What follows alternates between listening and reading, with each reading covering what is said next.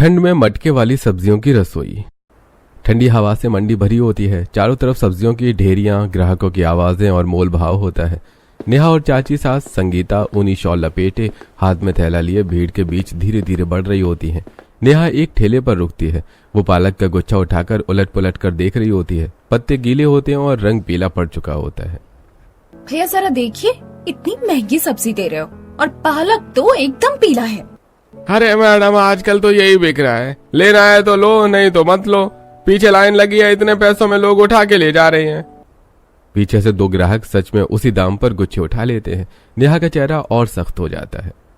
चाची, ऐसे में क्या साग बनाएंगे? स्वाद भी नहीं रहेगा। मैडम, ये सब रात की सब्जियां हैं, सुबह तक पीली हो जाती हैं। ठंड में ऐसा ही होता है। चाची चलो, हम ये नहीं ले रहे।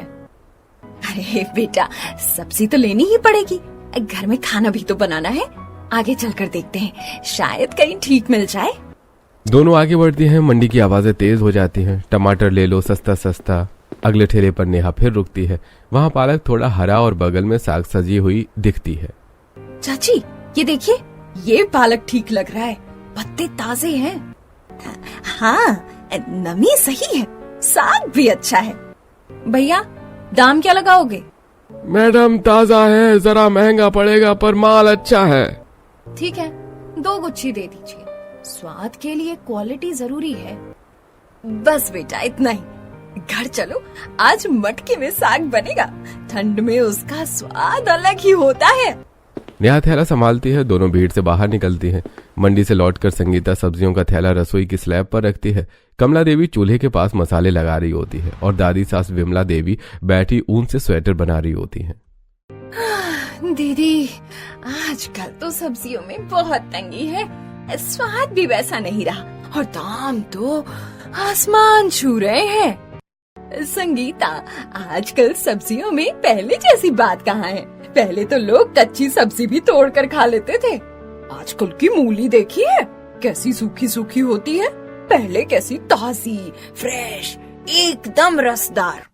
नेहा सब्जियां धोते धोते चुपचाप सुन रही होती है। हाँ बेटा, सही कह रही हो तुम। आजकल का जमाना बिल्कुल खोखला हो गया है।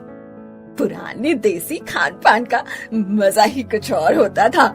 मटके में पकी सब्जी, मिट्टी की खुशबू। तब लोग कम खाते थे पर स्वस्थ रहते थे। अब तो पोल्यूशन इतना बढ़ गया है कि खाने का असर भी वैसा नहीं रहा और लोगों की तबीयत भी दिन ब दिन खराब ही रहती है। नेहा चुपचाप सब्जियों को मटके के पास रख देती है। माँ जी, दादी, आज मटके में साग बनाएंगे। शायद पुराने स्वाद की थोड़ी सी झलक मिल जाए। बस बेटा, वही स्वाद फिर लौट आए तो समझो दिन बन गया। अगले दिन गार्डन में हीटर जल रहा होता है। उसकी लाल आंच के सामने गोल घेरा बनाकर पड़ोस की औरतें कमला देवी और चाची सास संगीता बैठी होती हैं। हाथों में मूंगफली, ठंडी हवा में बातें हो रही होती हैं। अरे बहन, इस पर ठंड भी कैसी पड़ रही है। सुबह रजाई से निकलने को मन ही नहीं करता। अरे बहन, रजाई तो छोड़ो, असली मौत तो तब आती है जब राशन लाना पड़ता है या मंडी से सब्जी लेने जाना पड़ता है। हवा में तो किरकिरी जम जाती है। सारी औरतें हल्की हंसी हंसती हैं। मैंने भी सुना है आजकल मंडी में सब्जी बड़ी बेकार आ रही है। हाँ बहन, बस पूछो मत। सब्जियों के पैसे तो आसमान छूते जा रहे हैं और खाने में बिल्कुल बेस्वाद होती जा रही हैं। न उसमें वो पोषक तत्व रहा, न खाने में मजा। सब्जियों में अब वो बात ही कहाँ बची है। हाँ बहन, कल ही मैं लेकर आई थी 2 गोभी के फूल 40 रुपए के आए और उसमें भी आधे में कीड़े निकल गए। अरे बाप रे, फिर बताओ, सब्जियों से ही तो पेट भरता है, ऐसे में हम कैसे काम चलाएंगे? हाँ बहन, जो मांस मछली खाते हैं उनका तो ठीक है, मगर हम तो इन्हीं सब्जियों पर जीते हैं। आगे आगे पता नहीं कैसे होगा सब। अगले दिन आंगन में बैठे हुए सास कमला देवी चाकू से सब्जियां काट रही होती है। चाची सास संगीता पास ही कटोरी सजाने में लगी होती है। कोने में दादी सास विमला देवी रजाई ओढ़े आराम कर रही होती हैं। चूल्हे के पास बैठी नेहा मटर छील रही होती है। नेहा एक फली खोलती है, अंदर छोटे छोटे दाने निकले हैं। अरे मम्मी जी, देखिए ना, इतनी देर से मटर में बस छोटे छोटे दाने निकल रहे थे। वो दूसरी फली खोलती है, अचानक उसके चेहरे का रंग उड़ जाता है। मम्मी जी, ये देखिए, अब एक साथ इतने सारे कीड़े निकल गए। अब बताइए, 50 रुपए की लाई थी मैं ये मटर, अब क्या कहेंगे हम? कुछ भी डालने लायक नहीं बचा। अरे बेटा कोई बात नहीं, अब जो भी है इसी से काम चला लो, अब क्या कर सकते हैं। ये हाल सिर्फ हमारे घर का नहीं, सबके घर का यही हो रहा है। हाँ, कल औरतें भी कह रही थी, सब्जियों के मामले में बड़ा बुरा हाल है। गांव का खाना तो सही है, वहाँ लोग खुद ताजी सब्जी उगाते हैं और ताजी ही खाते हैं। यहाँ तो बस केमिकल वाली सब्जियाँ मिलती हैं। रजाई के अंदर दादी सास करवट बदलती हैं और धीमी आवाज में बोलती हैं। अरे बेटियों, हमारे जमाने में तो खेत से तोड़कर लाई सब्जी सीधे चूल्हे पर चढ़ जाती थी। सबकी नजर दादी सास की ओर चली जाती है। न फ्रिज का झंझट, न दवा दारू, मिट्टी की खुशबू होती थी सब्जी में। मटर तो इतनी मीठी कि कच्ची ही खा लो। आजकल जमाना बदल गया है, बाहर से सब कुछ चमकदार दिखता है पर अंदर से खोखला। अगले दिन बाहर घनी धुंध छाई होती है। खिड़की के बाहर कुछ भी साफ दिखाई नहीं दे रहा। हवा तेज होती है। घर के अंदर टीवी चल रहा होता है। न्यूज एंकर की आवाज गूंज रही होती है। पॉल्यूशन बढ़ने के कारण सब्जियों के दामों में भारी इजाफा होने वाला है। खेती कम होने से अब आधी से ज्यादा सब्जियां केमिकल से तैयार की जा रही हैं। स्क्रीन पर खेतों, धुएं और सब्जियों पर स्प्रे करते हुए दिखा रहे होते हैं। विशेषज्ञों के अनुसार पॉल्यूशन की वजह से सब्जियों में जहरीले पदार्थ बढ़ रहे हैं, जिससे बीमारियां फैलने का खतरा है। कई जगहों पर सब्जियों को इंजेक्शन लगाकर समय से पहले पकाया जा रहा है और सीधे मंडी में बेचा जा रहा है। नेहा रसोई के दरवाजे पर खड़ी सुन रही होती है। उसका चेहरा उतर जाता है। ए भगवान, हम तो गए। पहले ही सब्जियों से इतने परेशान थे और अब ये केमिकल वाली सब्जियां भी खानी पड़ेंगी। ये इंजेक्शन वाली सब्जियां हम कैसे खाएंगे बहू? ये तो पेट में जाकर बहुत ज्यादा बीमारियां पैदा करेंगी, ऊपर से इन्फेक्शन अलग। नेहा खिड़की से बाहर धुंध की ओर देखती है। चाची जी, पोल्यूशन भी तो देखो कितना बढ़ गया है। न्यूज में कह रहे हैं आज AQI 350 पहुंच गया है। ये भगवान, अब पता नहीं क्या होगा। बच्चों की सेहत, बड़ों की तबीयत, सब राम भरोसे। उसी समय ससुर प्रीतम जी अखबार मोड़ते हुए बोलते हैं। अरे ये हाल अगर ऐसे ही रहा तो खाना भी दवा बन जाएगा। जो हमें ताकत दे वही हमें बीमार करेगा।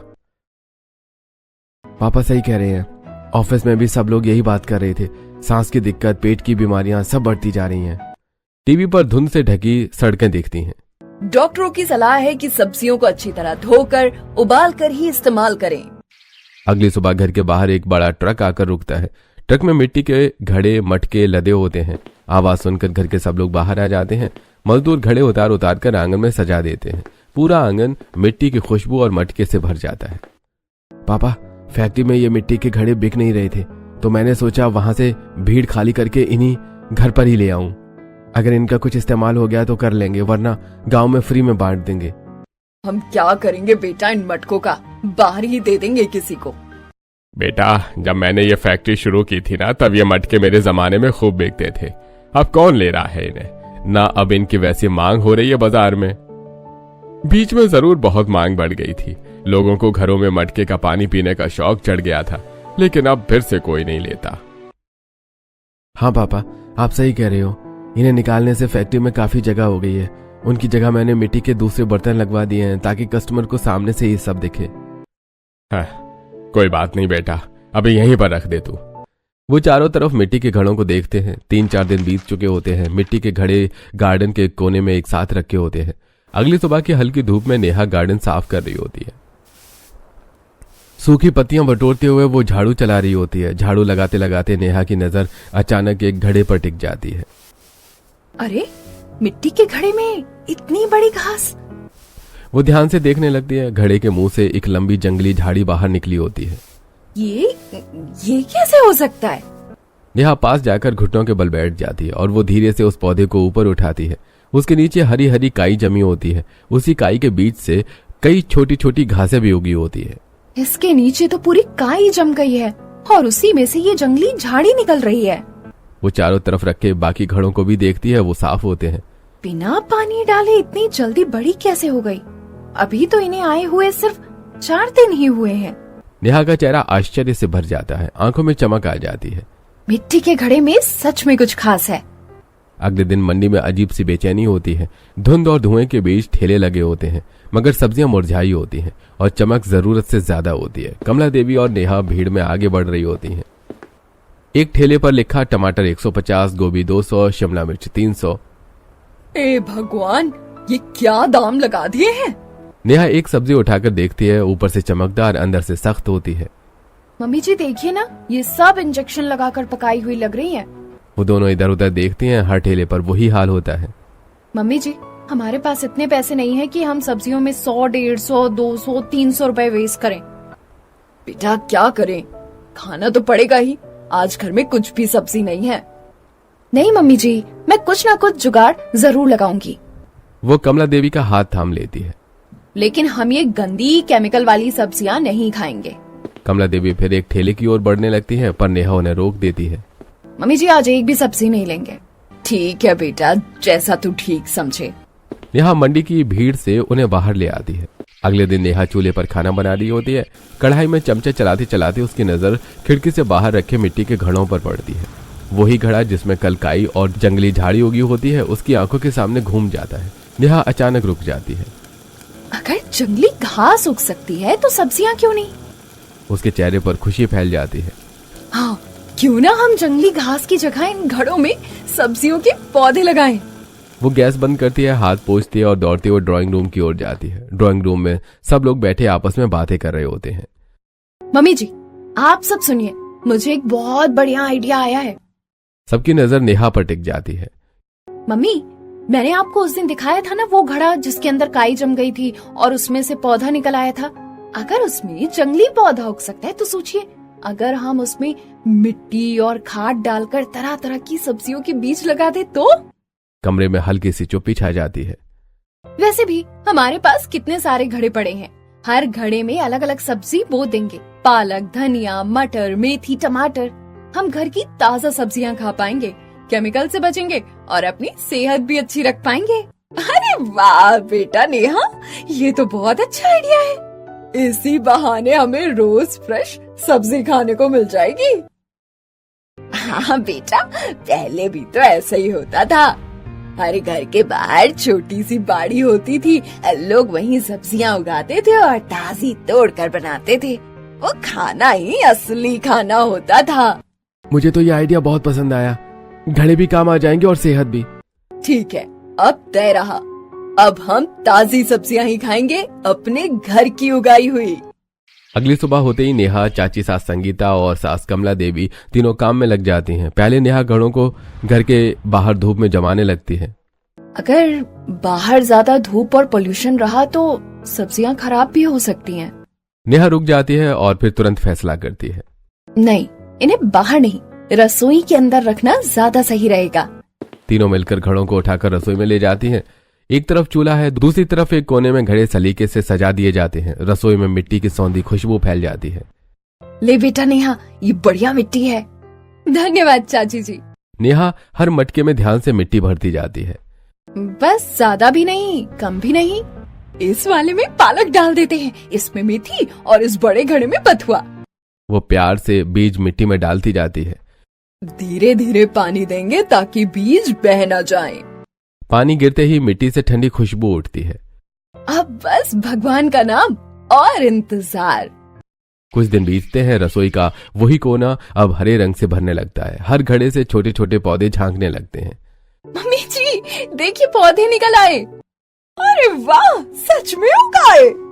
धीरे धीरे दिन गुजरते हैं, पौधे बड़े होने लगते हैं। पालक कितना घना हो गया है। एक मटके में मेथी, दूसरे में बथुआ, कहीं धनिया की खुशबू फैलती है। आगे चलकर मूली और गाजर की हरी पत्तियां ऊपर दिखने लगती हैं। एक कोने में मिर्ची और टमाटर के पौधे भी फूल देने लगते हैं। सोचिए, अब हमें मंडी जाने की जरूरत ही नहीं पड़ेगी। ये है असली साफ और जहरीले केमिकल से मुक्त खाना। रसोई में हरे पौधे दिखने लगते हैं। अगले दिन नेहा रसोई के कोने में सजे मिट्टी के घड़ों के पास खड़ी होती है। वह पहली बार अपने हाथों से उगी हुई ताजी सब्जियां तोड़ती है। आलू, गाजर और मटर और रसोई में कढ़ाई चढ़ाती नेहा ने मुस्कुराते हुए आलू, गाजर, मटर की सब्जी बनाती है और साथ में बथुआ का रायता भी। मेज पर खाना लगते ही खुशबू पूरे घर में फैल जाती है। सब लोग बैठते हैं। अरे वाह बेटा, आज तो खाने ने मुझे अपने समय की याद दिला दी। जैसे हम अपने गांव में ताजी सब्जी तोड़कर बनाकर खाते थे, स्वाद एकदम भरपूर है। नेहा, मुझे तो तेरे आइडिया पर शुरू में विश्वास ही नहीं हुआ था लेकिन आज जब ये सब्जियां खा रही हूँ ना, इतनी स्वादिष्ट लग रही है कि लग रहा है जैसे मुंह में घुल रही हो। सच में बेटा, मसाला भी कम और स्वाद ज्यादा, यही असली देसी खाना है। ये स्वाद बाजार की किसी सब्जी में नहीं मिल सकता। अब तो मंडी की छुट्टी समझो, सबकी हंसी गूंज उठती है। तो बस तय रहा, अब हम हर महीने नई सब्जियां लगाएंगे और रोज यही ताजी सब्जियां खाएंगे। अब हर रोज घर में ताजी सब्जियों का खाना बनने लगता है। रसोई से उठती देसी मसालों और मिट्टी के मटके की खुशबू हवा के साथ दूर दूर तक फैल जाती है। सुबह शाम ये खुशबू पूरे मोहल्ले में पहचान बन जाती है। एक दिन दोपहर को कई पड़ोस की औरतें आपस में बातें करती हुई कमला देवी के घर आ जाती हैं। बहन जी, कई दिन हो गए हम नोटिस कर रहे हैं आपके घर से इतनी अच्छी खाने की खुशबू आ रही है कि आज हमसे रहा ही नहीं गया। हाँ बहन जी, सब्जी तो हम भी वही बना रहे हैं 200 रुपए वाली, फिर भी आपके यहाँ ऐसा क्या पक रहा है कि खुशबू ही अलग है। अरे बहन जी, अब जब आप आ ही गई हो तो चलो पहले मेरे घर का खाना खा लो, फिर खाकर खुद बताना कि खाने में क्या चेंज है। कमला देवी इशारा करती है। नेहा रसोई से आलू मटर गोभी की सब्जी और साथ में बथुए का रायता लेकर आती है। सब औरतें बैठकर खाना चखती हैं। अरे वाह बहन जी, कल यही सब्जी और यही रायता मैंने अपने घर में बनाया था, लेकिन तब तो बिल्कुल सूखा सा था, खाने में मजा ही नहीं आया।